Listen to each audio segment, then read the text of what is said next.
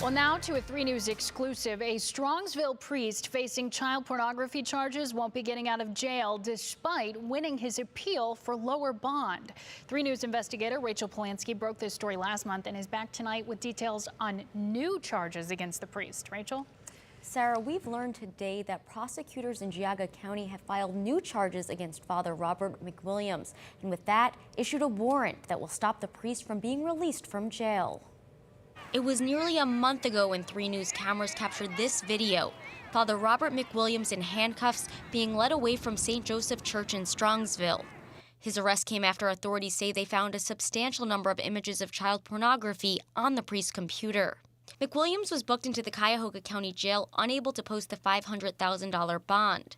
He pleaded with the 8th District Court of Appeals for a lower bond, and just this week, the court agreed.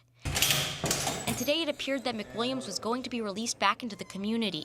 Those plans changed, however, when Geauga County Prosecutor James Flays filed a new charge alleging McWilliams attempted to extort nude photos from teens. McWilliams had led a youth group at St. Helens Church in Newberry Township. That new charge, pandering obscenities involving a juvenile, is a second-degree felony. This new case requires McWilliams to be held until a new bond is set in Chardon Municipal Court. Meanwhile, Prosecutor Flays says he expects to present additional charges to a grand jury sometime in the next 60 days. And we're told that McWilliams was in the process of being fitted with a GPS ankle monitor when jail officials learned of the warrant and the new charges. He was then sent back to his cell to await his arraignment. Sarah? And so he is still in the Cuyahoga County Jail tonight. All right, thanks, Rachel. Sure.